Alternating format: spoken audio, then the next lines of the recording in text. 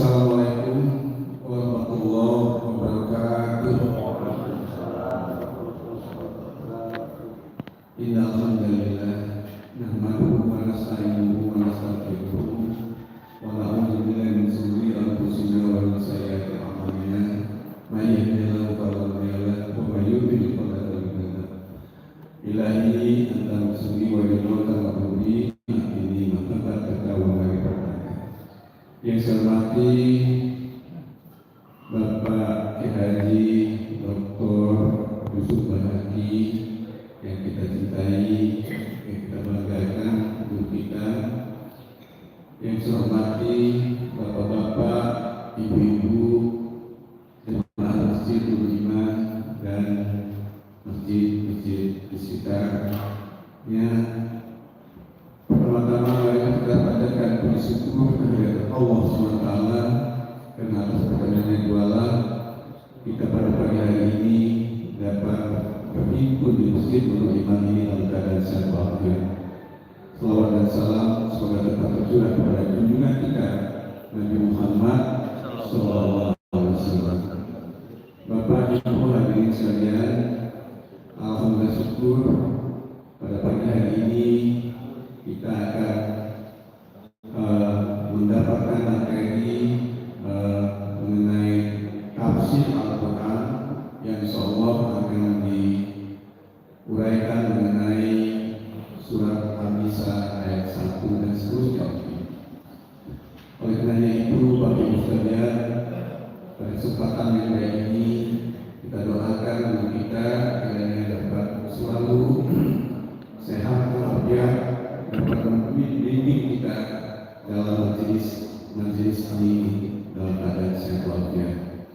Untuk itu, sebelum kita mulai, mari kita buka majelis ini dengan mengucap surat Al-Fatihah.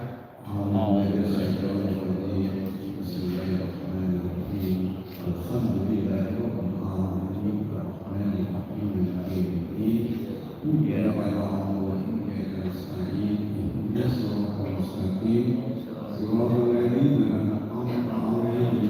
Alhamdulillahirabbil alamin.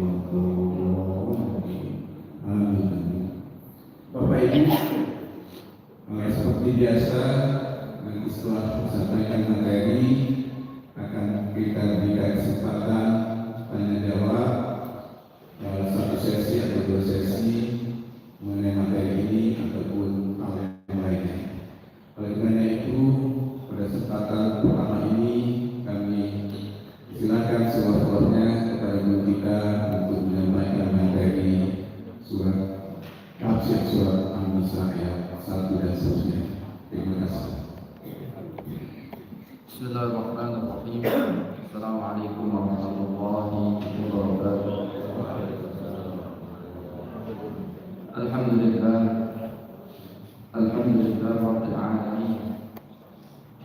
Wassalatu wassalamu ala sayyidina Muhammadin wa ala alihi wa sahbihi ajma'in. Amma ba'du. Allahumma fahimna asrar al-Qur'an ووفقنا لخدمته في كل زمان وآن. سبحانك لا علم لنا إلا ما علمتنا إنك أنت العليم الحكيم. Bapak Ibu jemaah salat subuh yang mudah-mudahan kita semuanya dirahmati oleh Allah Subhanahu wa Ta'ala. Amin ya rabbal alamin. Pada hari ini sesuai dengan apa yang dimintakan oleh pengurus masjid, kita insya Allah akan membahas tafsiran seputar ayat-ayat yang berkaitan dengan keluarga. Bapak Ibu sekalian, Al-Quran kalau kita membaca ayat-ayatnya tentunya banyak sekali yang bisa dikaitkan ayat-ayat Al-Quran itu dengan kehidupan keluarga. Salah satunya yang insya Allah akan kita kaji, yang akan kita baca pada pagi hari ini adalah firman Allah Subhanahu wa Ta'ala di ayat 1 dalam Firman Allah Subhanahu wa taala di ayat 1 dalam surat An-Nisa berbunyi, "Ya ayyuhan nasu taqu rabbakum alladzi khalaqakum min nafsin wahidah wa khalaqa minha zawjaha wa batha minhuma rijalan katsiran wa nisaa'a wattaqullaha alladzi tasaaluna bihi wal arham innallaha kana 'alaikum raqiba."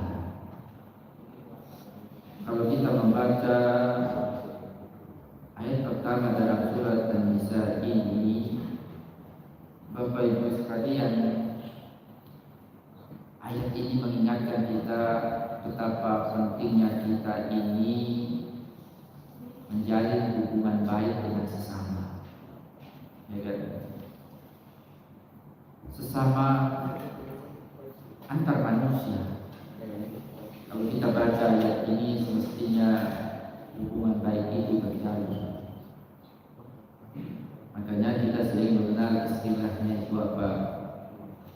Ukhuwah basyariyah atau ukhuwah insani, persaudaraan yang didasari atas ya kita ini sama, ya dari jenis yang sama, yang kita ini semuanya ini adalah manusia, ya manusia yang dalam tanda kutip kita ini semuanya saudara, ya kan? Manusia yang dalam tanda kutip semua dari kita ini sebenarnya ya memiliki asal muasal yang sama. Ya, jadi kalau kita membaca ayat pertama dalam surat An-Nisa ini, kita diingatkan betapa pentingnya kita ini menjadi hubungan baik. Hubungan baik ya bahkan dengan sesama manusia. Terlepas dari kemudian sekarang ini kita berbeda di antara kita, ya warna bisa berbeda, ya kan? Suku bisa berbeda sekarang ini. Bahasa juga kita ini sekarang ini berbeda, tetapi sejatinya kita ini dengan perbedaan-perbedaan tersebut, kita ini sejatinya adalah saudara, karena kita ini asal muasalnya itu dari manusia yang sama, dari bapak dan ibu yang sama, ya kan? Adam dan Hawa. Ya, jadi kita diingatkan ya jangan berbuat dolimlah dengan sesama manusia, ya kan? Jangan mendolimi manusia, mereka itu juga saudara kita, ya kan? Ya, saudara itu kan ada saudara dekat, ada saudara jauh, ya tetapi semuanya ini adalah saudara. Satu itu kalau kita membaca pesan ayat pertama dalam surat An-Nisa, lebih-lebih lagi dengan orang-orang yang masih memiliki hubungan kekerabatan dengan kita. Nah, itu pesan yang kedua. Kalau sesama manusia saja kita diingatkan untuk berbuat baik, lebih-lebih lagi dengan orang-orang yang masih memiliki hubungan kekerabatan dengan kita, maka semestinya kita jauh lebih baik lagi dengan mereka. Ayat pertama dalam surat An-Nisa ini kita juga diingatkan dengan itu. Berbuat baiklah dengan sesama manusia. Lebih-lebih lagi dengan orang yang masih memiliki hubungan kekerabatan dengan kita. Lebih-lebih lagi dengan orang-orang yang dalam kesehariannya itu membersamai kita. Sebutlah dalam hal ini adalah istri-istri kita. Berbuat baiklah kalian ini dengan istri-istri kalian. Perlakukan istri-istri kalian itu dengan baik. Makanya Rasulullah SAW ya itu dalam sebuah sabdanya beliau nasihati kita, istausu bin nisa'i khairan, kata Rasulullah sallallahu alaihi wasallam. Saya berwasiat kepada kalian, wahai segenap umatku, terimalah wasiat ini, perlakukan wanita istri-istri kalian itu dengan baik. Maka kalau kita membaca ayat pertama dalam surat An-Nisa, ya, nggak ada dalam Islam itu istilah kekerasan dalam rumah tangga, itu tidak dikenal dalam Islam. Nah ini kan ayat yang berbicara tentang keluarga kan masuk. Nah, karena memang saya di kampus juga dosen yang sering mengajar mata kuliah tafsir ahkam keluarga.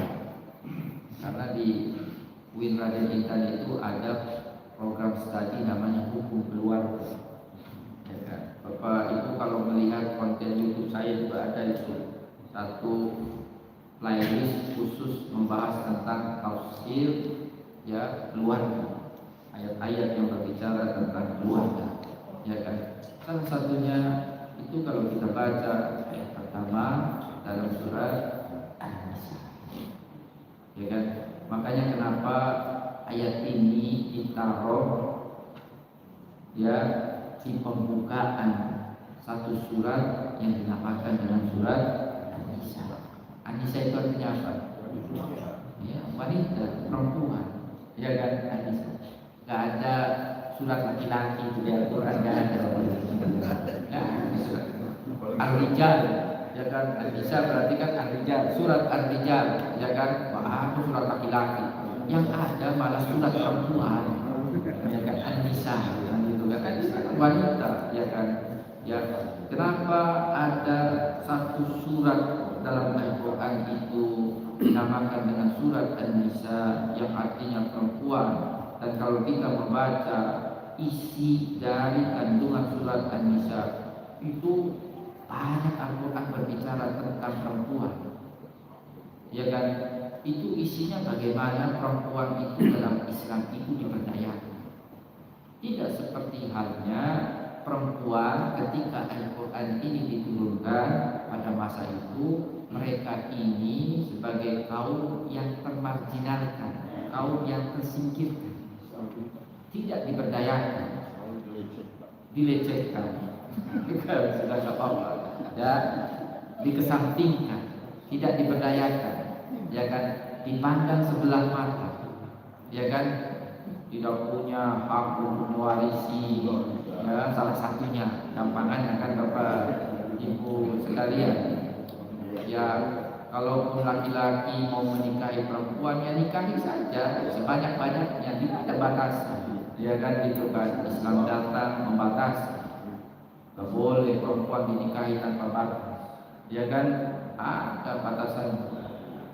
Perempuan sebelum Islam datang, mereka ini sama sekali tidak mewarisi. Islam datang, enggak, perempuan walaupun mereka ini tidak punya kewajiban untuk menafkahi, mereka tetap punya hak untuk mewarisi.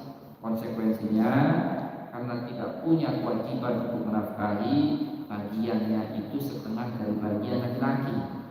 Itu kan Islam datang seperti itu. Sebelum Al-Quran turun, yang namanya mahar itu haknya wali atau haknya orang tua. Perempuan yang dinikahi sama sekali tidak punya hak dengan mahar yang dibayarkan oleh pihak laki-laki. Islam datang, kan? Ini mahar yang dibayarkan peruntukannya untuk siapa? Perempuan, wanita yang hendak dinikahi, bukan milik walinya, bukan milik orang tua, ya kan? Dan masih banyak lagi ayat-ayat dalam surat An-Nisa ini. Maka kenapa surat ini dinamakan dengan surat An-Nisa? Karena itu di dalamnya banyak sekali ayat yang Islam berupaya untuk memperdayakan mereka, kaum perempuan. Islam berupaya untuk memanusiakan mereka, kaum perempuan. Ya, termasuk di dalamnya kekerasan dalam rumah tangga.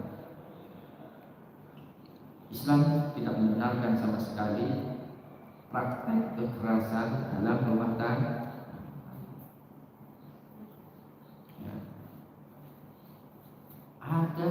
memang ayat dalam Al-Quran itu yang berbicara tentang nusyuz. Nusyuz itu ya perempuan yang dikhawatirkan mereka melakukan pembangkangan terhadap suami. Ya, istri-istri yang dikhawatirkan mereka membangkang terhadap suami-suami mereka. Ada satu ayat memang dalam Al-Quran itu salah satu opsi, dan itu opsi yang terakhir yang bisa dilakukan oleh suami kepada istrinya adalah fadribuhunna, pukullah istri-istri mereka.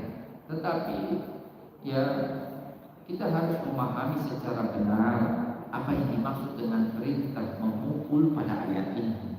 Tidak juga berarti memukul dengan sekeras-keras, tidak juga berarti memukul sampai kemudian mencederai, tidak juga kemudian memukul di bagian manapun dari tubuhnya.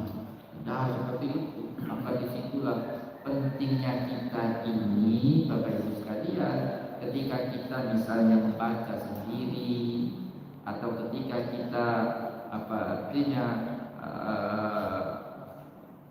memahami ayat-ayat Al-Quran ya, dengan membaca terjemahannya. Penting di sini juga kita untuk mempertegas atau memperjelas apa yang dimaksud dengan ayat yang kita baca itu, dengan merujuk kepada penjelasan yang bersumber dari baginda Rasul Sallallahu Alaihi Wasallam. Karena Rasulullah Sallallahu Alaihi Wasallam itu diutus di antara tugasnya itu adalah menjelaskan Al-Quran. Apa kata baginda Rasulullah Sallallahu Alaihi Wasallam berkaitan dengan perintah diperbolehkannya suami untuk memukul sebutlah istrinya, ya kan, agar supaya istrinya ini tidak melakukan pembangkangan terhadap dirinya. Kata Rasulullah Sallallahu Alaihi Wasallam, kalaupun kalian memukulnya maka pukul, tetapi jangan mencederai, kata Rasulullah Sallallahu Alaihi Wasallam. Sehingga tidak ada alasan untuk dilakukan bukti forensik itu, ya kan, visum. Kan yang bisa dijadikan sebagai alat bukti KDRT kan, kalau ada visum itu kan, ya, visumnya kan berarti ada bekas di situ. Ya, tapi kalau mukulnya itu ya tidak keras, ya nggak ada juga bekasnya kan gitu kan. Ya, apa buktinya kan gitu kan? Ya, pukul oke, tapi pukul jangan mencederai. Pukul jangan keras, kata Rasulullah SAW. Pukul pun kalian jangan memukulnya pada bagian wajahnya. Itu kata Rasulullah SAW. Ya, insya Allah kalau pukulnya itu bukan pada bagian wajah, insya Allah kalau pukulnya itu tidak keras, tidak bisa juga itu istri-istri kemudian lapor ya bahwasanya telah terjadi KDRT itu terhadap dirinya, kan bisa juga lapor, ya kan, apa buktinya, ya kan. Nah, ini berkaitan dengan kekerasan dalam rumah tangga. Dan kita baca ayat 1 dalam surat An-Nisa seperti tadi yang kami sampaikan di awal, ya, tidak saja ayat ini mengingatkan kita untuk berbuat baik atau untuk memperlakukan istri-istri kita dengan baik. Tidak saja ayat pertama dalam surat An-Nisa ini mengingatkan kita akan hal itu, tetapi lebih daripada itu, ayat ini juga mengingatkan kita berbuat baik juga dengan kaum kerabat kita, saudara-saudara kita, karena ayat ini juga mengingatkan kita dalam sekup yang lebih luas agar supaya kita berbuat baik dengan sesama manusia. Nah, itu kesimpulan ayat 1 dalam surat An-Nisa. Selesai sudah. Oh, itu sekalian. Ya kan? Soalnya pesan ayat 1 dalam surat An-Nisa itu. Ya kan? Jadi saya ngomongin kesimpulannya dulu di awal sebelum saya baca rincian dari tafsirannya. Ya kan? Ya, kesimpulannya itu kalau kita membaca ayat 1 dalam surat An-Nisa. Ya. Oke. Saya baca tafsirannya, ya, rinciannya. Ya ayyuhan nas. Ayat ini dibuka dengan Allah Subhanahu wa taala menyeru manusia. Yang diseru itu siapa? Manusia. Ya ayyuhan nas, anas itu manusia. Ya kan? Makanya tadi kami katakan pesan ayat ini bahkan menyuruh kita untuk berbuat baik dengan semua manusia. Maka sebenarnya ya kan, ya tidak terjadi itu praktek kezaliman antar sesama manusia kalau manusia mengamalkan firman Allah Subhanahu wa taala di ayat 1 dalam surat An-Nisa. Peperangan sebutlah itu terjadi, ya itu niatannya itu bukan menzalimi tetapi mengakhiri kezaliman. Dan itu yang dilakukan oleh Rasulullah SAW dan para sahabat beliau. Peperangan yang dilakukan oleh Rasulullah itu bukan dalam rangka untuk menzalimi mereka yang diperangi, tetapi untuk mengakhiri praktek kezaliman yang dilakukan oleh mereka. Maka peperangan itu dilakukan oleh baginda Rasul Sallallahu Alaihi Wasallam. Ya, jadi Islam itu tidak mengenal istilah menjajah bangsa lain, itu tidak benar. Ya kan? Ya, menjajah itu dalam artian apa? Mengkerdilkan. Ya kan? Menjajah dalam artian menindas. Ya kan? Seperti dulu kita Belanda datang itu untuk mengkerdilkan, menindas. Ya kan gitu kan? Ya, kita sebagai bangsa pribumi, ya kan, Islam, ya kan. Makanya dulu ya pasukan sahabat Amr bin As ketika datang ke negeri Mesir, saat itu Mesir itu dikuasai oleh kerajaan Romawi. Islam itu disambut baik oleh penduduk Mesir yang dalam tanda kutip mereka itu saat itu, ya kan gitu kan, itu mereka agama mereka itu Kristen, tetapi karena Islam datang untuk membebaskan mereka dari kezaliman, kekejaman yang dilakukan oleh bangsa Romawi, Islam disambut baik oleh penduduk negeri Mesir pada saat itu, walaupun mereka ini secara keyakinan berbeda dengan umat Islam. Ya kan? Demikian pula yang terjadi pada apa artinya wilayah-wilayah lain yang dibuka oleh Islam masuk ke Indonesia. Ya kan? Apakah melalui peperangan? Ya kan? Indonesia, Islam masuk ke Indonesia ini. Indonesia ini kan negara dengan ya kan populasi, jumlah ya kan muslim terbanyak di dunia. Pernah nggak terjadi peperangan antara kita dengan sebutlah para pendakwah yang datang ke sini? Tapi mohon maaf, ya kan, Kristen masuk ke sini itu ya kan melalui mereka, para penjajah. Mereka datang, ya terjadi peperangan, terjadi perlawanan, ya kan, ya itu bedanya Islam. Bapak Ibu sekalian, ya kan, Islam, ya kan gitu kan, ya. Maka peperangan yang terjadi dalam sejarah Islam itu ya karena Islam dizalimi, maka kemudian berupaya untuk membalas kezaliman itu. Peperangan yang terjadi dulu di masa Rasulullah SAW karena terjadi praktek kezaliman, maka kemudian dengan peperangan itu diupayakan praktek kezaliman itu untuk disudahi. Ya kan? Maka kalau kita baca di sini pesan ayat pertama dalam surat An-Nisa jelas sekali, ya jangan kalian menzalimi sesama manusia, jangan kalian berbuat tidak baik dengan sesama manusia, karena sejatinya mereka itu adalah saudara kita, ya kan?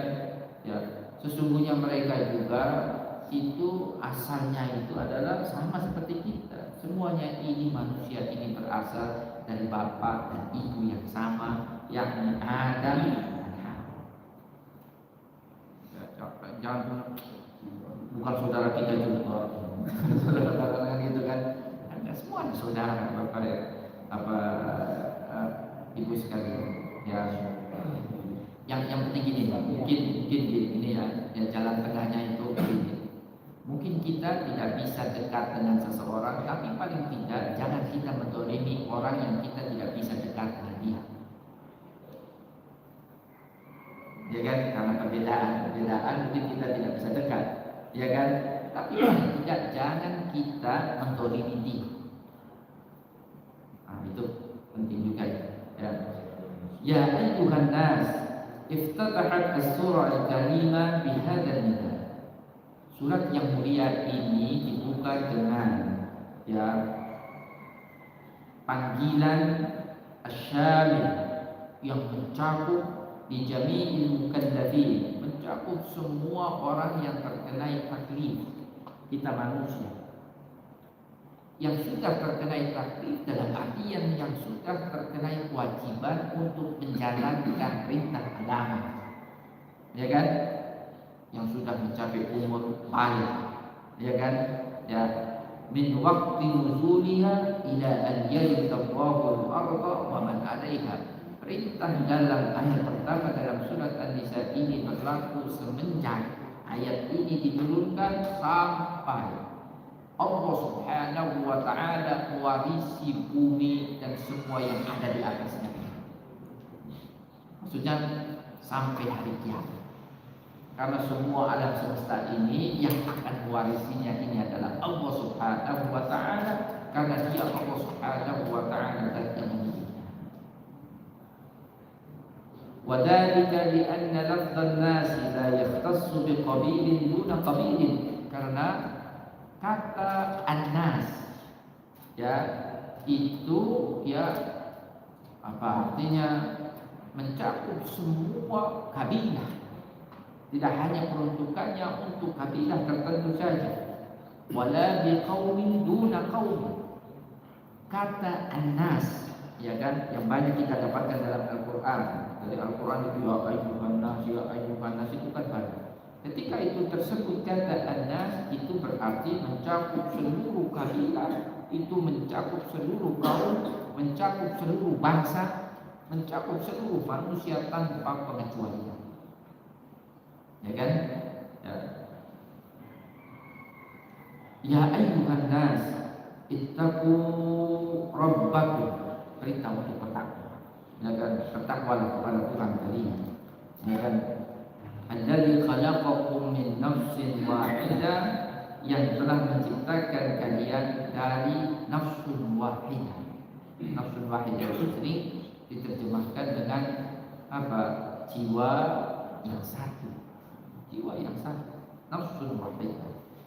Wal muradu bin nafsil wahidah dan yang dimaksud dengan an-nafsul wahidah atau jiwa yang satu dalam ayat ini Adam alaihi salam. Nah, yang dimaksud adalah terus Nabi Adam alaihi salam. Ya, وقد جاء الوصف وهو واحدة بالتأنيث باعتبار لفظ النفس فإنها مؤنثة. Kalau misalnya kita, maaf ini agak gini ya, agak sedikit ini penjelasannya ada sedikit mendalam ya kan gitu kan gampangnya ya kan gitu kan, tapi tidak apa-apa ya. Tapi sebenarnya yang penting dari surat An-Nisa itu sudah saya sampaikan di awal, ya kan? Ya. Kenapa di sini tersebut kata wahidah? Wahidah itu kan satu ya. Kalau kita belajar bahasa Arab, wahidah itu kan mu'annas. Mu'annas itu peruntukannya untuk perempuan. Apakah kemudian Nabi Adam itu perempuan? Wah, dia laki-laki. Tapi kenapa disebut dalam redaksi ayat ini wahidah? Karena wahidah itu untuk menyifati kata nafsun. Nafsun itu ya muannas. Ya kan? Ya, nafs. Maka ya ayyatuhan nafsul mutmainnah. Ya kan? Muannas kan gitu kan. Jadi wahidah ini kembali kepada kata nafs yang notabene muannas, bukan kembali kepada sosok Nabi Adam. Kenapa tidak wahid redaksi ayat ini? Kok bunyi redaksinya itu wahidah? Karena wahidah pada redaksi ayat ini kembalinya itu bukan kepada Nabi Adam, tetapi kepada an-nafsu, yang itu adalah muannas. Yang pasti Nabi Adam itu laki-laki, yang perempuan itu adalah Hawa. Ya kan? Kalau kita membaca ayat ini, kita mungkin sering mendengar apa ya istilahnya itu. Ada satu teori yang menyebutkan bahwasanya asal muasal kita ini adalah, mohon maaf, ya kan, bukan dari jenis manusia. Teori Darwin. Ya kan, ada sering kita dengar dulu waktu sekolah kan. Ada satu teori namanya teori Darwin. Darwin dari monyet kan. Ya kan. Manusia ini asalnya bukan dari jenis manusia, tapi dari jenis lain. Ya kan, ya katanya itu asal muasalnya itu dari jenis kera itu. Ya kan. Kalau kita baca ini jelas sekali, kita benar itu teori itu. Masa manusia itu asal muasalnya itu dari jenis kera? Ya kan? Kan ada teori Darwin itu kan. Dulu kita sering waktu sekolah mungkin kan teori Darwin. Asal mengalami perubahan bentuk, ya kan, evolusi, ya kan gitu kan, dari manusia yang bengkok kemudian menjadi manusia yang tegak, ya kan, maka jadilah kita ini manusia, ya kan. Itu kan teori Darwin kurang lebih seperti itu, ya kan. Kalau kita baca ayat ini jelas sekali, tak benar, ya kan. Kita ini manusia, asal muasalnya ya manusia. Kita ini bukan tercipta dari jenis yang lain, ya kan. Kita ini tercipta dari juga jenis manusia. Asal muasal kita ini adalah juga manusia. Manusia pertama dalam hal ini adalah sosok Nabi Adam. Kalau kita membaca ayat ini, alladzi khalaqakum min nafsin wahidah. Manusia semua dari kalian, mau yang putih, mau yang hitam, mau yang coklat, bentuknya, warnanya, ya kan gitu kan, Bapak Ibu sekalian, semua dari kita, ya kan. Mau yang tinggal di Indonesia, di Afrika sana, di Eropa, semua dari kita ini. Kalau kita baca ayat ini, Allah yang menciptakan, Allah yang lebih tahu, Allah memberikan informasi kepada kita, dan informasi ini pasti valid karena Allah yang menciptakan. Asal muasal kita itu adalah sosok jiwa yang satu yang dibahasakan dalam ayat ini dan ditafsirkan oleh para ahli tafsir bahwasanya yang dimaksud dengan nafsun wahidah pada ayat itu adalah sosok Nabi Adam alaihi salam. Bapaknya Nabi Adam siapa? Ada yang bertanya kadang-kadang nanti di tempat itu kan, ya, terus ibunya siapa? Ya kan, gitu kan. Ada juga yang bertanya seperti itu kan. Bapak Ibu sekalian, ya, Allah Subhanahu wa ta'ala ya dalam ayat-ayat yang lain sebenarnya sudah dijelaskan, ya kan. Jangankan Nabi Adam, ya kan, setelah Nabi Adam, atas kehendak dan kuasa Allah, Allah Subhanahu wa ta'ala memperlihatkan kepada kita kuasanya. Tidak harus manusia itu ketika dia ada harus ada bapaknya, harus ada ibunya. Ya kan? Ya kan? Contohnya Nabi Isa. Ya kan? Al-Quran menceritakan itu. Ya kan? Ya, Nabi Isa tercipta hanya dari seorang ibu tanpa Allah Subhanahu wa ta'ala berkehendak itu, dan Allah Subhanahu wa ta'ala memiliki kuasa itu, dan itu tidak sulit bagi Allah Subhanahu wa ta'ala. langit, bumi saja Allah Subhanahu wa taala mampu untuk menciptakan, apalagi untuk menciptakan seorang manusia yang dalam bahasa Al-Qur'an itu adalah makhluk yang lemah, makhluk yang kecil. Ya kan? Bapak Ibu sekalian, ya kan? Ya. Ini jadi kita ini manusia Allah Subhanahu wa taala. Jadi ada ayat yang lain itu ya, manusia pertama Allah Subhanahu wa taala ciptakan langsung ya dari tanah. Setelah kemudian melalui proses, maka jadilah itu manusia pertama Adam. Tetapi anak cucunya seperti kita, Allah Subhanahu wa taala informasikan kita ini tercipta ya dari air yang hina, yakni air mani itu, yang kemudian setelah melalui proses panjang maka jadilah kita ini manusia. Ya, itu ada ayat-ayat itu. Dan Al-Quran luar biasa Bapak Ibu sekalian kalau berbicara tentang penciptaan manusia.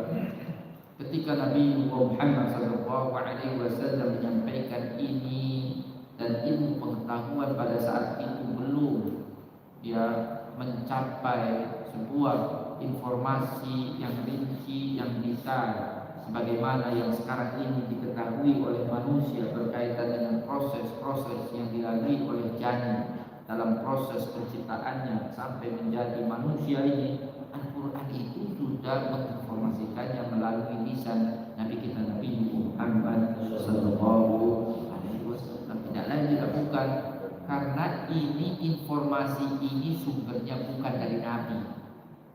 Nabi tahu dari mana ini? Ya kan?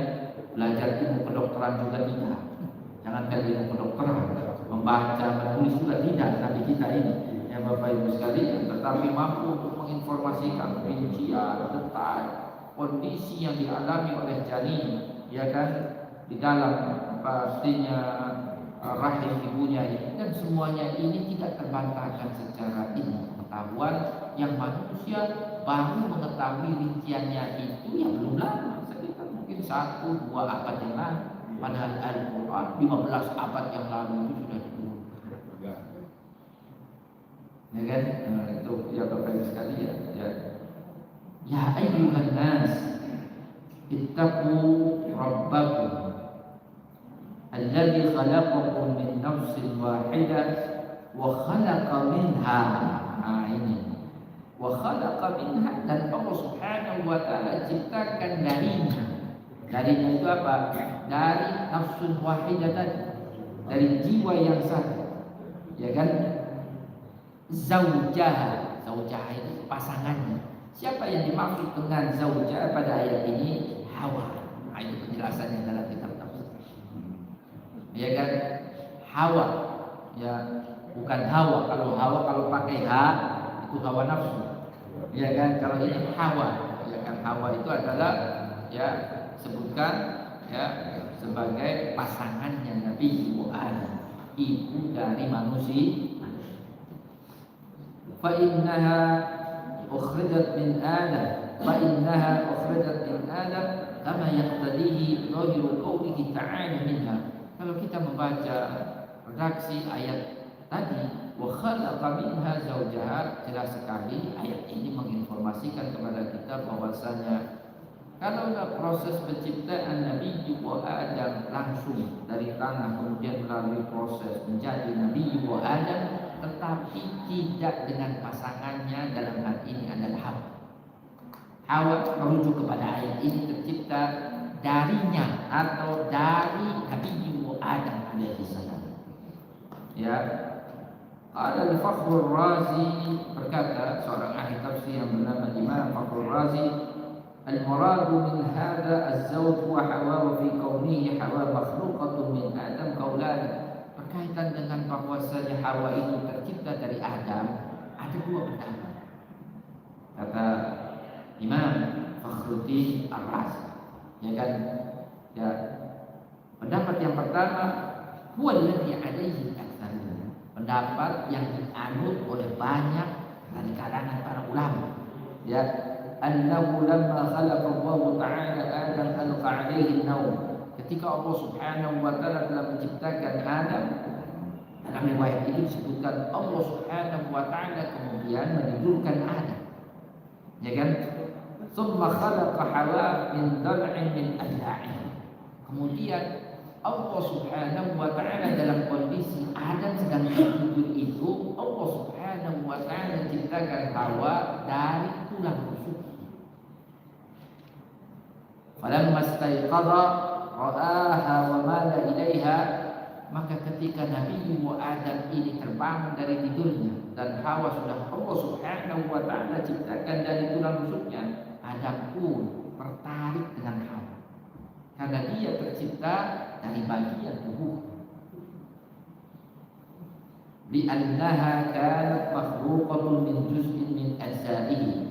Ya, tadi sudah saya sampaikan, wahtaju alaihi biqaulin Nabi sallallahu alaihi wasallam.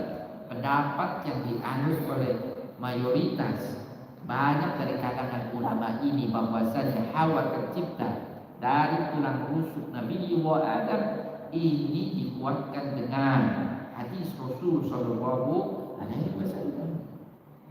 Apa bunyi hadis Rasul sallallahu alaihi wasallam? Innal mar'ata khuliqat min dila'in a'waja. Bahwasanya perempuan, wanita itu maksudnya itu adalah Hawa, wanita pertama itu tercipta dari tulang rusuk yang bengkok. Khuliqat min dila'in a'waja. Ini kan bagi Rasul. Rasulullah sallallahu alaihi wasallam ma yantiqu 'anil hawa. Kalau kita baca ayat Al-Qur'an, tidak mungkin Rasulullah ini dengan hawa nafsunya dia menginformasikan ini yang ranahnya ini adalah ghaibiyat, perkara gaib. Karena ini berkaitan dengan kejadian awal manusia. Dari mana tahu Rasulullah sallallahu alaihi wasallam informasi ini kalau bukan melalui wahyu yang diwahyukan kepadanya? Ya kan? Tahu dari mana? Ya kan? Bahwasanya Hawa itu tercipta dari tulang rusuk bengkok Nabi Adam. Dari mana? Kalau bukan dari wahyu. Gak ada itu buku sejarah itu, gak ada itu Bapak Ibu sekalian. Ya kan itu kan belum kenal apa artinya menulis manusia pada saat itu. Kalau jumlahnya juga masih 1-2, ya kan? Kan baru kan dari mana kan itu kan baru puluhan lah ketika kemudian terlahir apa artinya anak Nabi Adam, cucu Nabi Adam ya begitu kan. Ya. Rasulullah SAW menyampaikan informasi ini dan informasi yang bersumber dari Rasulullah ini dijadikan sebagai pijakan bagi banyak kalangan dari kalangan para ulama bahwasanya wanita pertama dalam hal ini adalah Hawa memang tercipta dari bagian tubuhnya Nabi Adam sebagaimana tadi bunyi redaksi ayat wa khalaqa minha. Minha itu Allah ciptakan darinya, dari Adam, ya kan? Ya kan? Rasulullah SAW menjelaskan bahwasanya bagian yang Allah ciptakan dari bagian itu pendamping istri Nabi Adam adalah dila'in a'ad, tulang rusuk yang bengkok tadi. Ya kan? Fa in dhahabta tuqimuha kasarta ini bukan tanpa pesan. Rasulullah SAW menginformasikan kepada kita berkaitan dengan asal usul penciptaan perempuan. Ya kan? Kenapa perempuan ini diciptakan dari tulang rusuk yang bengkok? Itu ada kaitannya dengan karakter perempuan. Diingatkan oleh baginda Rasul dalam hadis ini.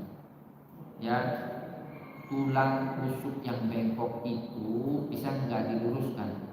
Bisa. Ya kan? Ya kan? Kata Rasul, fa in dhahabta tuqimuha kasar. Kalau kamu ya paksa itu tulang rusuk yang bengkok itu untuk lurus, maka pasti kamu mematahkannya, kata baginda Rasulullah sallallahu alaihi wasallam. Ya kan? Ya. Maka dalam penjelasan hadis yang lain itu jangan kamu paksa tulang rusuk yang bengkok itu untuk lurus. Maka sebagaimana kamu jangan paksa perempuan itu karakternya untuk lurus dalam arti yang sempurna, tidak ada aib, tidak ada kekurangan, ya kan? Jangan kalian perempuan pasangan, mohon maaf ibu-ibu ya, mohon maaf ibu-ibu ya kan, gitu kan. Jangan kalian paksa, ya kan, pasangan kalian perempuan ini, ya kan, itu kan sempurna, tanpa cacat, tanpa aib, tanpa kekurangan. Sama seperti halnya tulang rusuk yang bengkok itu, kalau kalian paksa sempurna dalam artian kalian paksa lurus, maka yang terjadi adalah kalian akan mematahkan tulang rusuk yang bengkok itu. Maka demikian pula kalau kalian paksakan perempuan itu sempurna di mata kamu, kalau kalian paksakan perempuan itu tidak ada kekurangan, maka yang terjadi adalah pasti kalian akan menceraikan perempuan itu. Yang terjadi pasti adalah perceraian. Kata baginda Rasulullah SAW dalam redaksi hadis yang lain, waqas buka laha tolakuha. Kamu paksa perempuan itu supaya, ya kan, tidak ada kekurangan, ya gimana biar dia membahagiakan kamu. Paksa perempuan itu bisa memuaskan kamu, ya kan, gitu kan. Maka yang terjadi, kamu pasti sebagaimana tulang rusuk yang bengkok itu kamu paksa lurus maka akan patah. Maka demikian pula perempuan, kalau kamu paksa untuk dia bisa sempurna di hadapan kamu, maka yang terjadi bukan kesempurnaan, tetapi yang akan terjadi itu adalah perceraian. Itu kata baginda Rasulullah SAW. Nah, ini pembahasan ayat keluarga ini, Bapak Ibu sekalian, ya kan? Masa saya akan kan suruh ngomong ayat keluarga, ya kan? Ya kan Bapak Ibu sekalian ya. Wa in taraktaha wa fiha iwajun, kata baginda Rasul, masih hadis ini. Kamu biarkanlah karakter perempuan itu dengan segenap kekurangannya. Sebagaimana tulang rusuk yang bengkok itu, ya biarkan dengan kebengkokannya.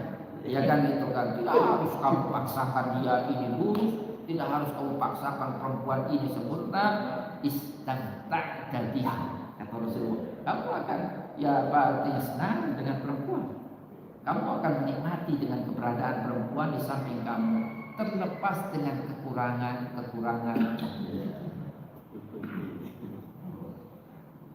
Bapak Ibu sekalian, ya kan, saya sebenarnya nggak pantas ngomong gini ya, kan saya masih muda.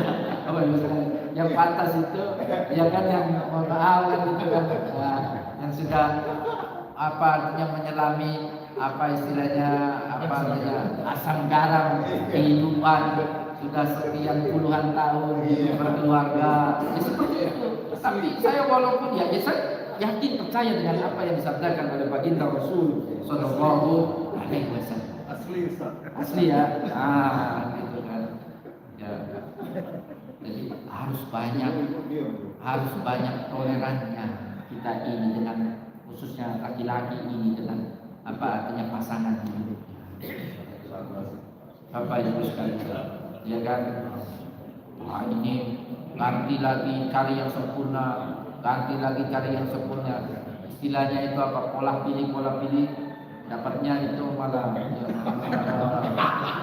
ya kan Bapak Ibu sekalian. Maka Rasulullah SAW bisa dijadikan sebagai tauladan kita dalam bagaimana Rasulullah itu memperlakukan istrinya. Bapak Ibu sekalian, mohon maaf, istri Rasul itu banyak, ya, tapi tidak ada dari yang banyak itu sampai kemudian terjadi perceraian antara Rasul dengan istri-istrinya. Ya, sempat Rasulullah tawarkan, kalau kalian gak senang jadi istri saya ceraikan baik-baik. Gak ada itu yang minta dicerai sama Rasul. Padahal Rasul itu ya, sosok manusia yang sangat sederhana sekali, berlimpah dengan harta. Enggak, Rasulullah minjam biasa, gadaikan biasa, hanya untuk membeli gandum. Rasul tawarkan kan itu kan. Ya kan?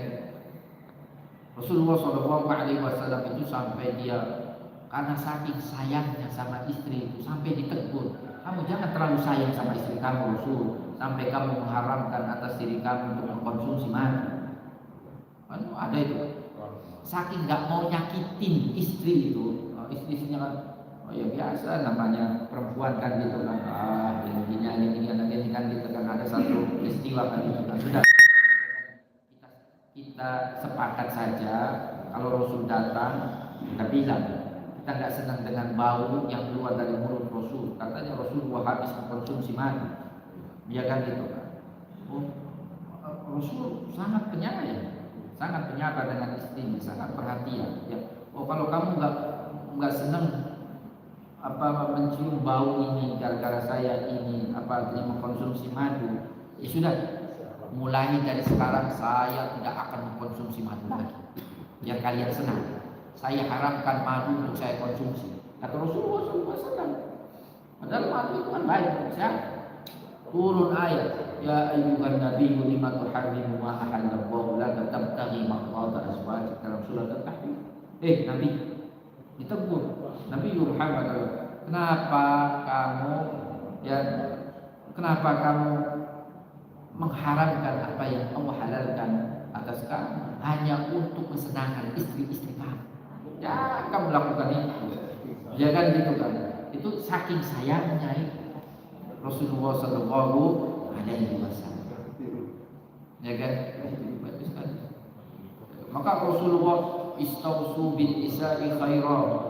Saya berwasiat kepada kalian, perlakukan istri-istri kalian ini dengan baik. Rasulullah sosok suami yang paling baik dalam memperlakukan istri-istri.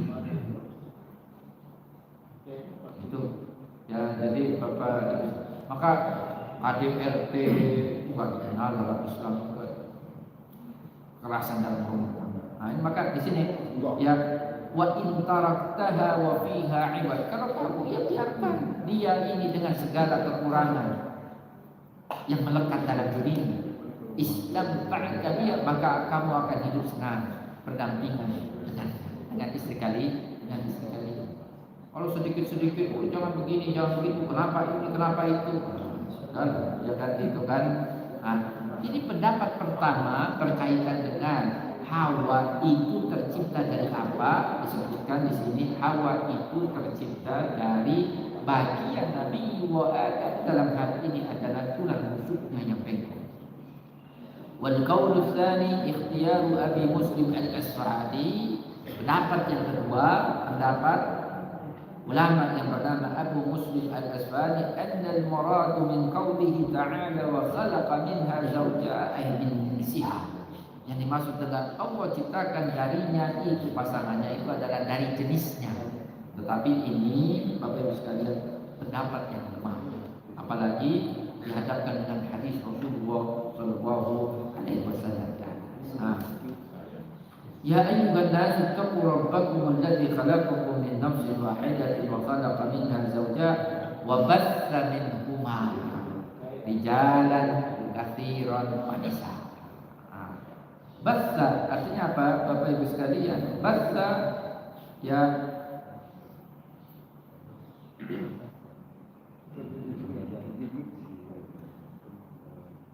wa batha al-bathu bima'na an-nashr.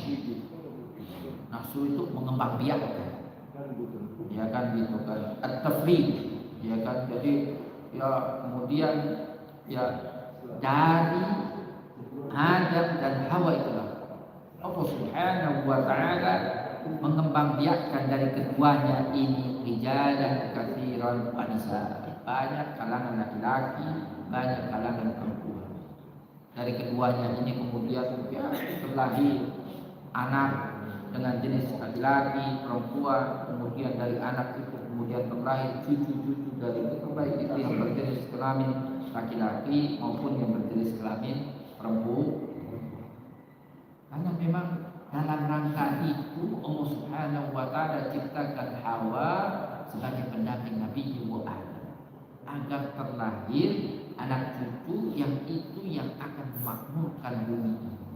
Makanya kemudian manusia setelahnya menjadi khalifah di muka bumi ini yang tugasnya itu adalah memakmurkan bumi. Ya kan? Jadi kalau kita bertanya kenapa pada akhirnya kemudian Nabi Adam ini dikeluarkan dari surga, diturunkan ke bumi, karena memang itu sudah dalam skenario Allah Subhanahu wa taala. Pada akhirnya Nabi Adam ini akan diturunkan dari surga ini ke bumi, dikeluarkan dari surga untuk diturunkan ke bumi, kemudian ya berkembang biak itu anak cucu keturunannya. Ini sudah menjadi apa artinya skenario Allah Subhanahu wa taala. Ya. Makanya ya kalau kita baca ayat ini, di antara hikmah sebuah pernikahan dalam ajaran agama Islam itu adalah untuk melahirkan keturunan.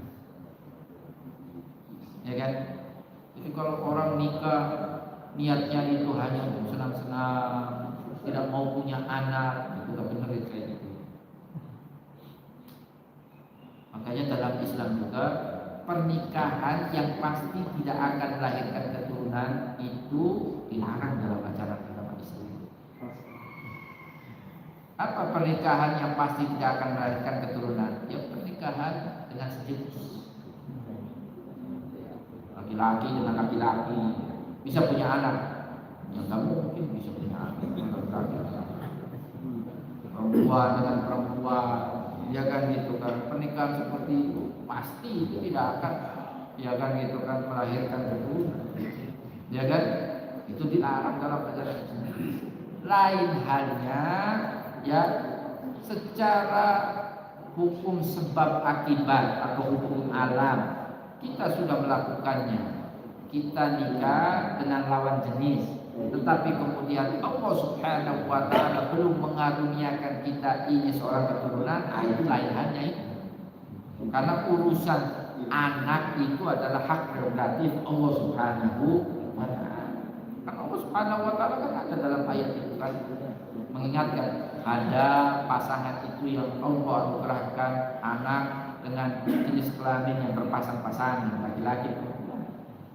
Ada juga yang Allah anugerahkan hanya dengan jenis kelamin laki-laki saja atau perempuan saja, atau bahkan ada yang Allah Subhanahu wa taala jadikan ya keduanya ini walaupun sudah nikah, ya kan, hukum sebab akibat sudah dijalani, berdoa mungkin sudah tidak kurang-kurang, tetapi Allah Subhanahu wa taala tidak atau belum menganugerahkan keturunan dari keduanya.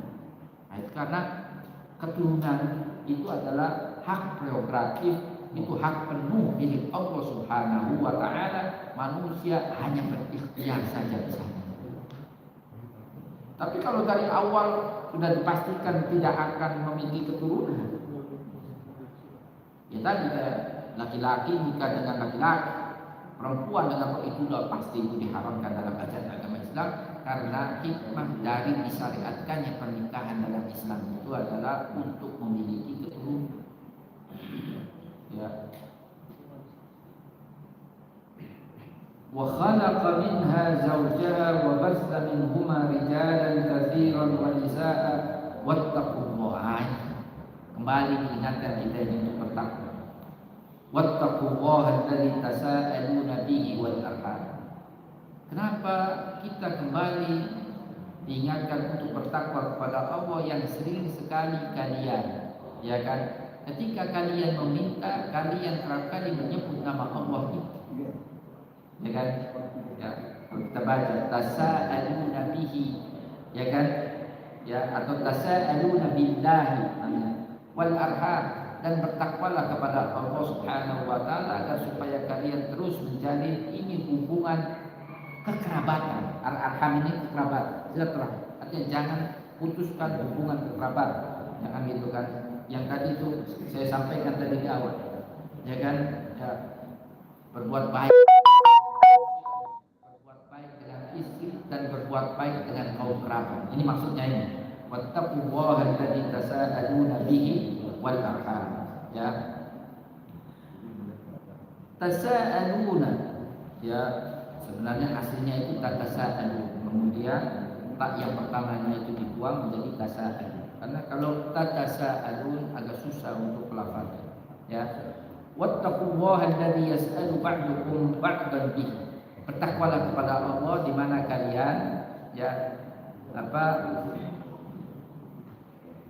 meminta dengan menyebut nama Allah ya bi ayyakuna lahu ala sabilil isti'taf as'aluka billahi an taf'alaka. Nah, misalnya orang Arab itu sering ngomong gini ya, sering sekali orang Arab ini menyebut-nyebut nama Allah.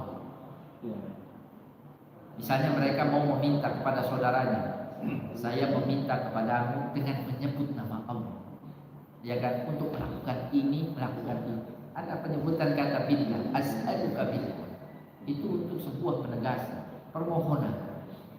Atau misalnya kebiasaan orang Arab, dia sering sekali juga menyebut-nyebut nama Allah ketika dia hendak melarang saudaranya untuk melakukan ini, melakukan itu. Misalnya, ya, as'aluka billahi an tatruka kada. Saya meminta kepadamu dengan nama Allah agar supaya kamu tidak melakukan ini, tidak melakukan itu. Jadi, orang Arab, kebiasaan orang Arab itu sering sekali dia menyertakan dalam omongannya itu kata Allah sebagai penegas, ya kan? Ya, itu dimaksud dengan tasa'aluna bih, ya kan? Artinya apa? Bertakwalah kepada Allah, nama yang sering kalian sebut ketika kalian meminta sesama kalian, ya kan? Bermohon di antara sesama kalian. Bertakwalah kepada Allah, Allah yang sering kalian sebut dalam permintaan-permintaan di antara kalian. Itu maksudnya. Wattaqullaha alladzi tasaaluna bi wal arham. Maksudnya apa? Wattaqul arham. Artinya apa? Ya. Maksudnya itu wattaqul arham ini, wattaqul arham an taqta'uha. Al-Qur'an mengingatkan di sini ya, jangan kalian putus itu hubungan kekerabatan di antara kalian.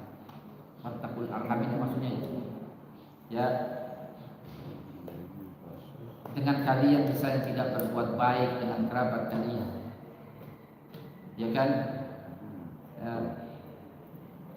memutus hubungan kekerabatan, hendaknya itu yang kalian jauhi, yang kalian takuti. Takwa itu kan artinya khauf. Takwa itu artinya takut. Ya, artinya apa? Wattaqullaha alladzi tasaaluna bihi wal arham. Maksudnya itu apa? Takutlah kepada Allah. Takutlah kalian untuk memutus hubungan kekerabatan. Itu maksudnya seperti itu. Wattaqullaha alladzi tasaaluna bihi wal arham. Ya. Innallaha kana 'alaikum raqiba. Ayat pertama dalam surat An-Nisa ini ditutup dengan ya kan, bahwasanya Allah Subhanahu wa taala raqib. Raqib kayak malaikat raqib. Mereka mengawas, ya kan? Raqiba artinya apa? Hafizah. Allah selalu akan mengawasi kalian. Yahsi 'alaikum kulli syai'. Allah akan menghitung semua apa yang kalian lakukan dan tentunya juga akan membalas, ya kan, berdasarkan penjagaan pengawasan Allah Subhanahu wa taala atas kalian. Artinya apa? Semua dari kita ini berada di bawah pengawasan Allah Subhanahu wa taala. Demikian kurang lebih Bapak Ibu sekalian seputar ayat pertama dalam surat An-Nisa. Mudah-mudahan bermanfaat. Silakan kalau ada yang mau ditanyakan. Bapak Ibu hadirin sekalian yang saya hormati, demikian uraian tafsir surat An-Nisa ayat 1 yang begitu luas dan secara rinci, secara dikit telah diuraikan oleh kita Kiai Dr. Yusuf Bayhaqi. Sebetulnya waktu kita ini masih jam 5.20, itu di sebelah kanan. Jadi masih banyak waktu. Jamnya masih 5.20. Jadi 1 jam lagi kita bisa kenal dari tengah-tengah kita ini. Tapi begitu juga lampu suasana itu agak redup. Karena ini juga pagi-pagi juga agak susah. Kalau hari ini untuk kita diingatkan kepada lurus supaya jalannya disesuaikan. Untuk kita tadi pikir masih panjang waktu, tapi udah jelas, terang. Jadi ayatnya selesai sampai apa yang disampaikan oleh guru kita, innallaha kana 'alaikum raqiban. Jadi bahwa sesungguhnya Allah selalu menjaga dan mengasihi, mengawasi kita semua. Bapak Ibu hadirin sekalian yang saya hormati, walaupun demikian, kalau ada kata ada yang ingin ditanyakan, didiskusikan, kami persilakan. Kita mulai dari sebelah kanan yang keluarga yang baru saja yang sudah tua semua. Kalau yang menanyakan, Pak Haji, saya pancing beliau ini pengalaman Pak Mahyudi MA MA di depan. Nanti saya minta kepada ibu ya supaya balance ya. Ini kenakan ayat Quran banyak sekitar ayat An-Nisa yang nomor 2. Ada dulu ya. Siapa ibu? Oh cukup. Pas. Ya saya juga nggak bisa memaksakan. Kalau memaksakan patah ya. Sesuai kepada Pak Mahyudi, Haji Mahyudi. Baik, terima kasih Pak Ustaz. Saya langsung mulai. Saya tertarik dengan apa yang dilakukan Pak Ustaz mengenai ciptaan wanita tadi dari Imam Ghazali. Ini saya pernah membaca dan mendengar di Pak Ustaz. Pada saat disebut wanita, bahwa memang ketika menjelaskan wanita itu terbuat dari tulang fisik itu kalau memaksakan untuk meluruskan yang dengan kepastian ya dan patah, tetapi ada lanjutan yang besar. Kalau membiarkan kalau musuh itu berasal dari tidak itu, maka dia akan bergerak terus. Jadi dalam hal ini apakah ini sebagai peringatan kita sebagai apa yang dijelaskan di dalam penjelasan ayat Al-Quran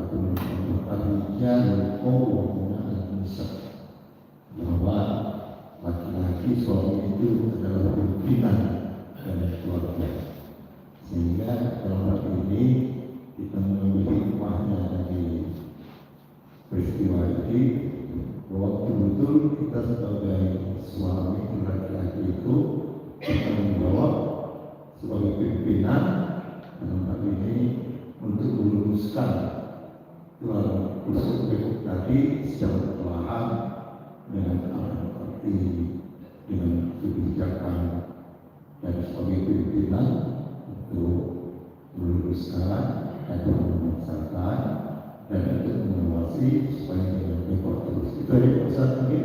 Terima kasih. Terima kasih Pak. Kami persilakan Pak Ustaz, Pak langsung jawab saja. Iya, jadi gini, yang dimaksud dengan hadis Rasul Shallallahu Alaihi Wasallam itu ya kan kita diingatkan bahwasanya nggak ada yang sempurna wanita itu. Ya, sebagaimana laki-laki juga tidak ada yang sempurna. Bapak Ibu sekalian,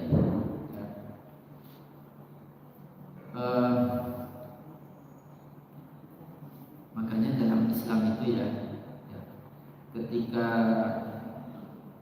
ada kecenderungan dalam diri seorang wanita itu untuk melakukan hal-hal yang tidak dibenarkan, makanya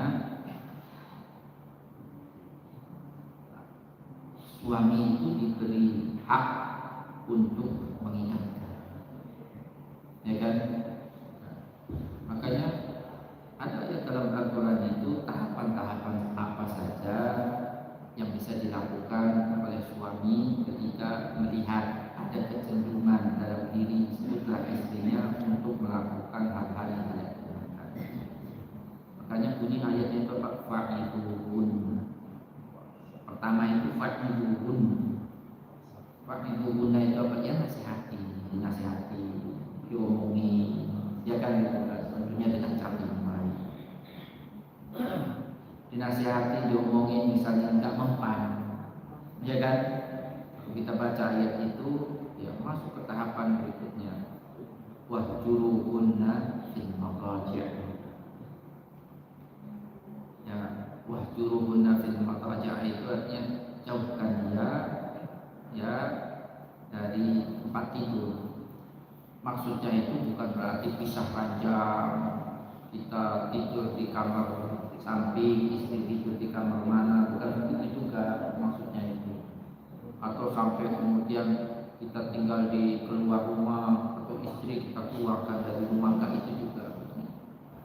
Wahjuruhunna fil madaji' ini ya sebagai bagian dari terapi, ya menjaga jarak, dalam artian tidak dulu melakukan hubungan suami istri, ya kan, tapi masih seranjang, ya kan. Wahjuruhunna fil madaji', ya istri ngadap ke kanan, laki-laki ngadap ke kiri, mungkin seperti itu, ya kan. Itu yang dimaksud dengan wahjuruhunna fil madaji', ya kan.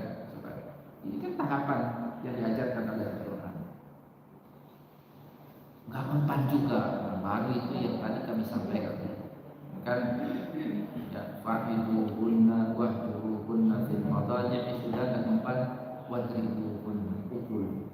Tapi mana cara pukulnya tadi yang sudah saya sampaikan, ya kan. Jadi ada tahapan, ya kan. Misalnya, ya kan, ya kan, ya sudah tidak juga apa artinya bisa, apa artinya mengingatkan istri ini dari terus dia melakukan misalnya hal-hal yang dilarang oleh agama. Makanya dalam Islam itu, dan ini solusi, opsi terakhir, ya kan, diperbolehkan walaupun itu sebenarnya tidak disenangi oleh Allah. Kalau bisa itu jangan dilakukan, ya kan, ya bisa, daripada bersama tetapi terus dalam kemaksiatan, ya kan, ya. Tapi itu opsi terakhir, ya kan. Kalau bisa itu opsi itu jangan digunakan. Itu hanya bisa digunakan ya dalam kondisi yang benar-benar sudah darurat, nggak ada solusi, ya kan, gitu kan, ya kan. Ya daripada misalnya dipaksain hidup tapi kemudian ya mohon maaf dalam perjalanannya laki-laki berbuat dosa, perempuan juga berbuat dosa. Maka dalam Islam itu dalam kondisi darurat seperti itu, ya gimana? Silakan opsi perceraian itu diambil, tetapi itu pun harus kalian lakukan secara baik-baik perceraian. Sebagaimana kalian ya itu pernikahan dilakukan secara baik-baik, kalau itu harus perceraian itu terjadi, maka perceraian pun dilakukan secara baik-baik. Ya kan? Islam itu agama yang mengenal perceraian, dikenal. Karena ada agama lain yang tidak membolehkan itu terjadi perceraian, hanya kematian yang memisahkan. Islam itu, ya kan. Tapi jangan juga mudah-mudahan dikit-dikit cerai, gitu kan. Ya, makanya ya untuk di negara kita untuk menutup pintu rapat-rapat orang muda-muda bercerai itu perceraian itu di negara kita itu secara legal formalnya itu yang memutuskan itu adalah hakim di pengadilan agama. Tuh, ya itu supaya apa? Supaya ya manusia kita ini lebih berhati-hati. Jangan dikit-dikit cerai kan gitu kan. Ya, karena kalau lewat pengadilan agama itu nanti ditanya dulu apa sebabnya. Kalau bisa dimediasi, ya dimediasi, ya kan, dengan melibatkan orang-orang dekat, laki-laki, orang dekat-dekat perempuan. Kalau bisa itu jangan cerai.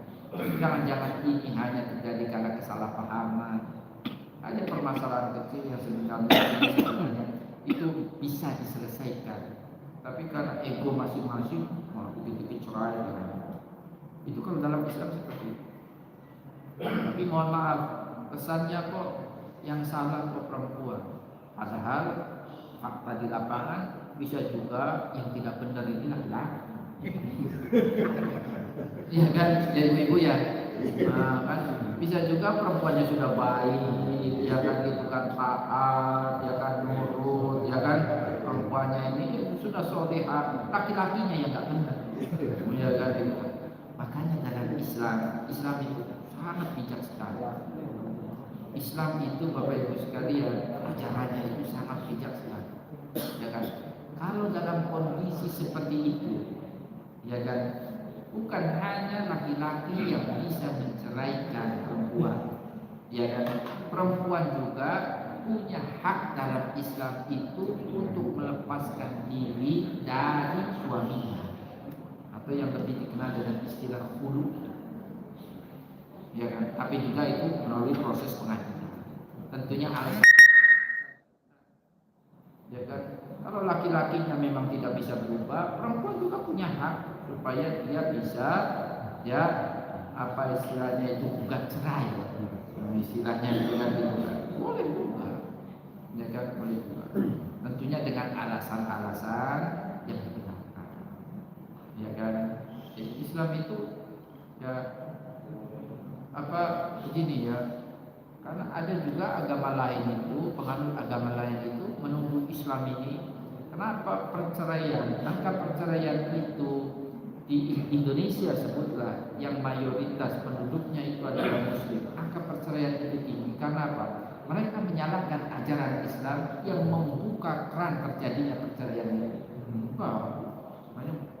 Bukan ajaran Islamnya yang salah, tetapi bisa jadi yang salah itu, yang belum benar itu adalah penganut Islamnya. Ditanya ini yang belum benar itu bukan ajaran Islam, ya kan. Coba kalau kita analisa, sebuah perceraian itu terjadi karena apa? Coba, tidak ada satupun yang itu kemudian gara-gara ajaran Islam pula. Terjadi perceraian karena perselingkuhan, memang Islam membolehkan terjadinya perselingkuhan? Misalnya kan itu kan, kalau kita baca itu, kenapa perceraian itu terjadi? Bisa jadi karena perselingkuhan, ya kan? Memang Islam membolehkan perselingkuhan, baik itu laki-laki pelakunya maupun perempuan, ya kan? Perceraian terjadi karena tadi kekerasan dalam rumah tangga, memang Islam membolehkan, mentolerir terjadi kekerasan dalam rumah tangga. Tadi jelas-jelas Islam mengingatkan perlakukan secara baik, ya kan? Apalagi yang sering terjadi perceraian terjadi karena apa artinya laki-laki tidak menafkahi apa artinya istri, kan biasa itu juga. Nah begini Bapak Ibu sekalian, memang Islam itu mewajibkan laki-laki untuk menafkahi. Kan ada ayat Allahumma ala nisa'i bima faddalallahu ba'dahum 'ala ba'din wa bima anfaqu. Tapi permasalahannya, apa benar sama sekali laki-laki ini tidak memberikan nafkah? Kalau sama sekali tidak memberikan nafkah, ya yang salah laki-laki, ya kan? Ya. Tapi kalau misalnya kurang nafkah yang diberikan, nah itu sifatnya relatif.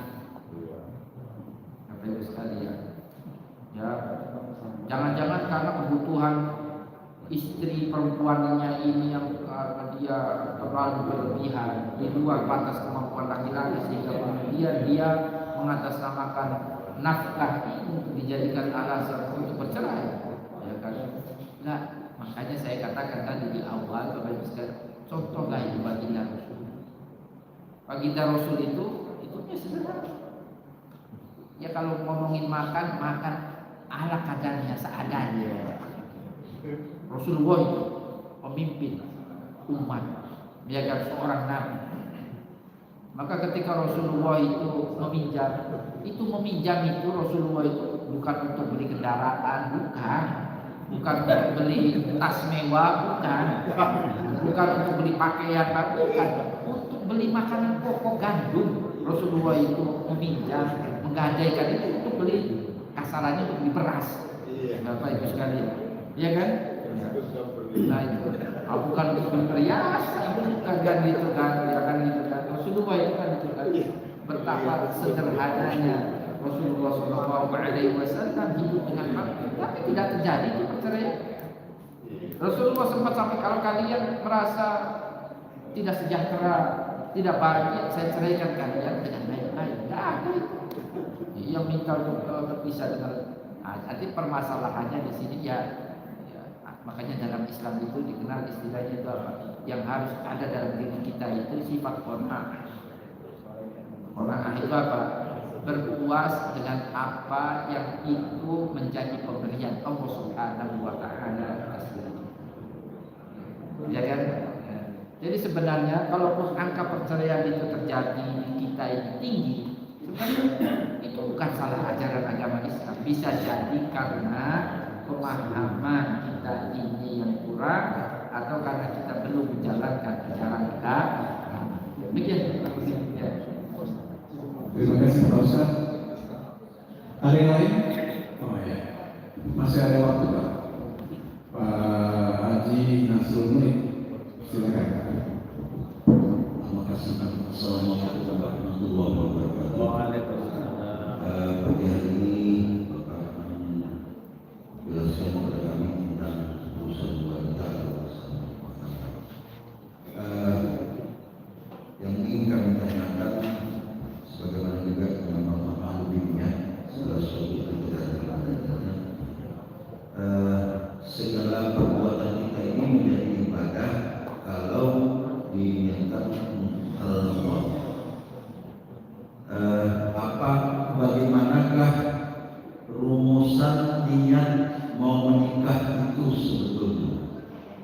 Bisakah atau adakah niat menikah itu sebagaimana ibadah makhluk, ibadah sholat, bahkan ada rumusan niatnya, ibadah puasa atau yang lain.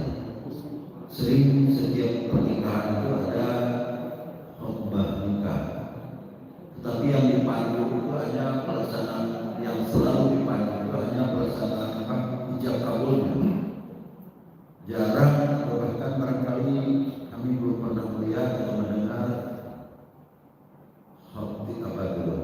penceramah atau buku yang memandu pernikahan itu, membimbing kepada kedua calon pengantin itu, kamu harus menikah dengan rumusan niat seperti ini. Bagaimana Pak? Itu yang pertama. Kedua boleh Pak MC? Ya. Yang kedua ini mohon makna, kalau artinya ada di sini, yaitu surah An-Nisa 34 ayat 43. Ya ayyuhalladzina amanu la taqrabus sholata wa antum sukara hatta ta'lamu ma taquluna. Hai orang yang beriman, janganlah kamu sholat sedang kamu dalam keadaan mabuk sehingga kamu mengerti apa yang kamu ucapkan. Nah, yang kamu tanyakan, apakah ayat ini bermakna memang kasuistis orang yang mampu, ataukah di sini juga ada syariatkan supaya kita sholat itu memahami atau mengerti dan atau menghayati apa yang kita baca dalam sholat itu? Karena bahasa sholat atau bacaan pada sholat kita adalah dalam bahasa, bukan bahasa ibu kita, tetapi bahasa dari Arab sana. Itu Pak pertanyaan kami. Terima kasih. Wassalamualaikum warahmatullahi wabarakatuh. Waalaikumsalam warahmatullahi wabarakatuh.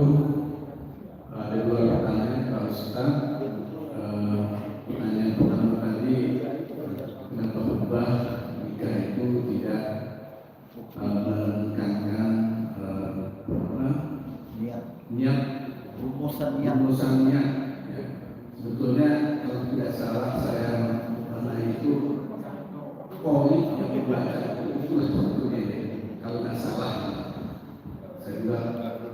baca. Yang kedua terkait dengan An-Nisa 43. Jadi kami persilakan kepada Pak Guru kita untuk memberikan penjelasan apa yang dipertanyakan. Ya, jadi nikah itu kan ya akan bernilai ibadah kalau niat kita itu ya, niat yang baik ketika kita nikah. Ya tidak seperti sholat tentunya. Kalau sholat itu kan harus dilafadzkan niat di foto atau apalah kan itu kan tentunya ya untuk dianggap sebagai sebuah ibadah pernikahan kita tentunya harus ada niatan-niatan baik dalam diri kita ketika kita hendak melangsungkan pernikahan itu, ya kan? Ya itu bersangkutan ya niat nikah itu ada dalam dirinya karena dia mau menjaga apa artinya dirinya ya dia dijauhkan dari godaan hawa nafsu dari zina.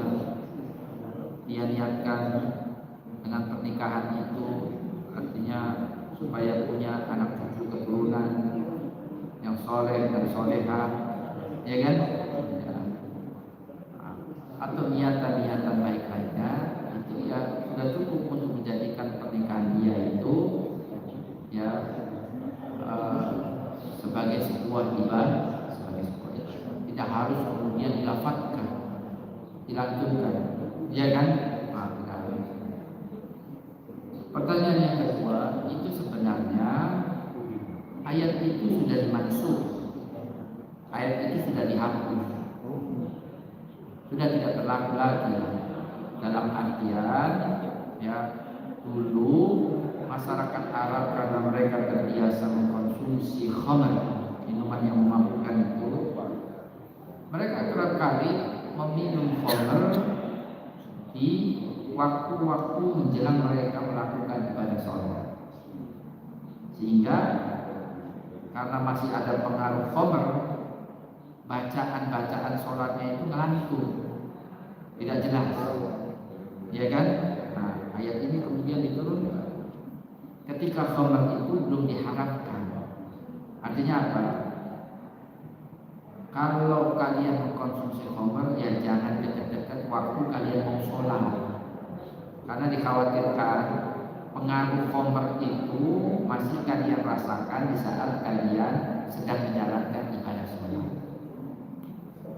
Namanya orang dalam kondisi mabuk kan dia tidak tahu apa yang dia ucapkan, ya kan? Maka diingatkan dalam ayat ini, hatta ta'lamu ma taqulun, sampai kamu tahu, sadar dengan apa yang kamu katakan. Maksudnya sampai kamu benar-benar dalam kondisi sadar, baru kemudian kamu silakan sholat, tapi jangan sholat ketika kamu masih dalam pengaruh khamr.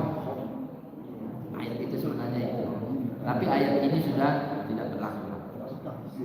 Tidak berlaku dalam artian ya kalau kita membaca ayat ini berarti ya kalau minum khamrnya habis isya ya nggak apa-apa, karena nanti kan sholat subuh kan masih jauh, ya kan? Insya Allah kita nggak sadar, ya kan? Ya kan? Jangan habis maghrib kita minum khamr terus kemudian sholat isya kan waktunya dekat, jadi pas sholat isya ngantuk-ngantuk bacaannya kan?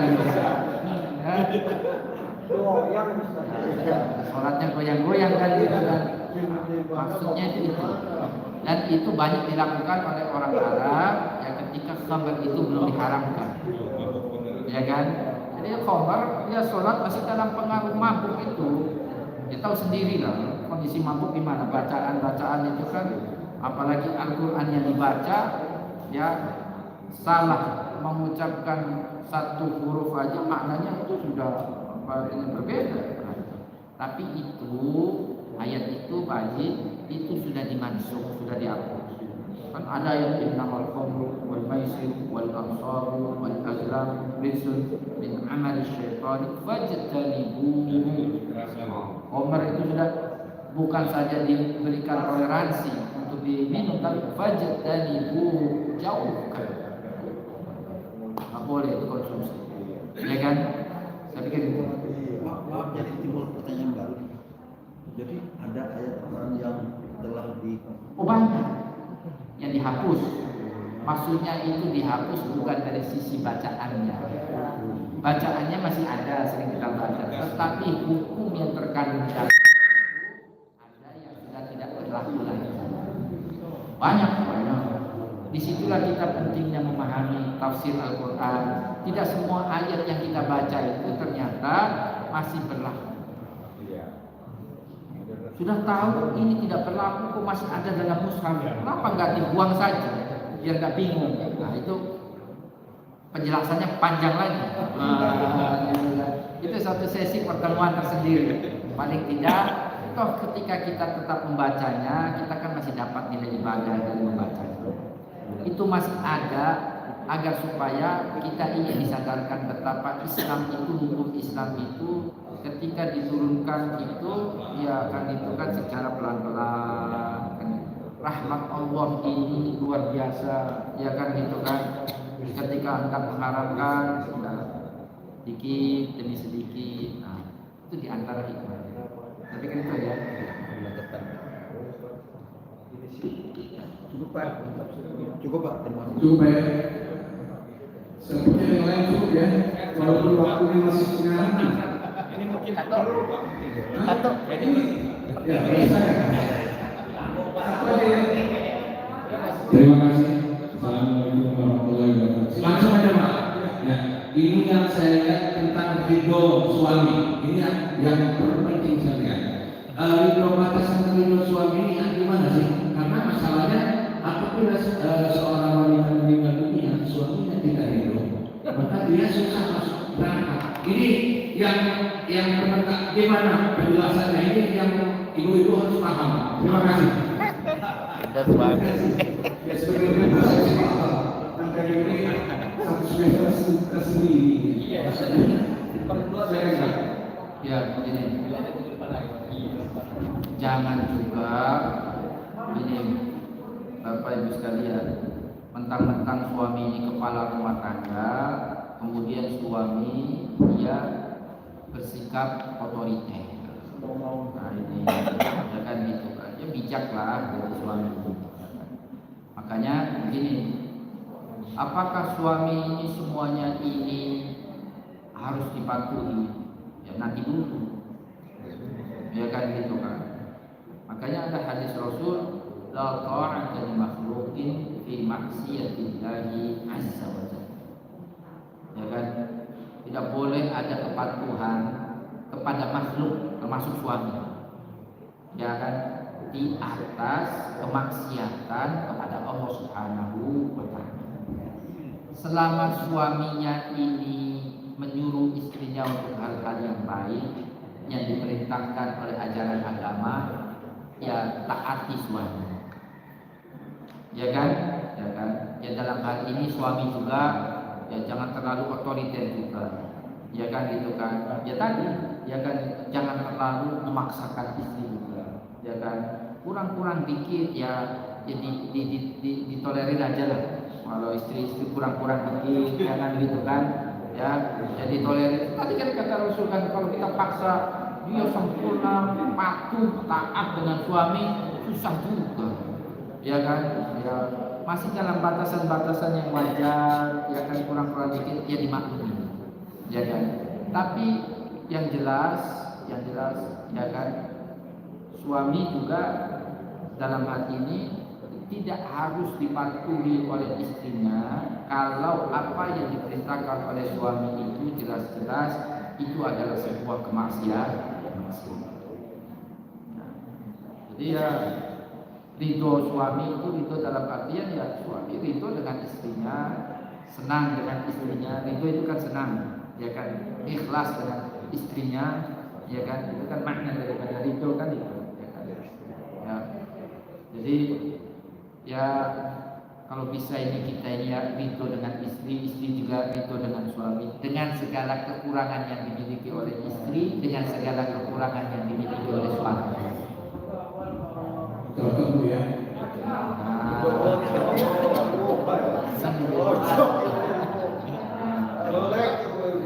Ya situ aja lah kan gitu kan ya tapi gitu.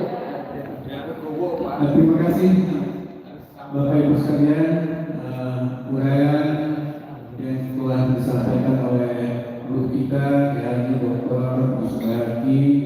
Mudah-mudahan tafsir Al-Quran An-Nisa ayat 1 ini bisa kita terapkan dalam kehidupan kita sehari-hari.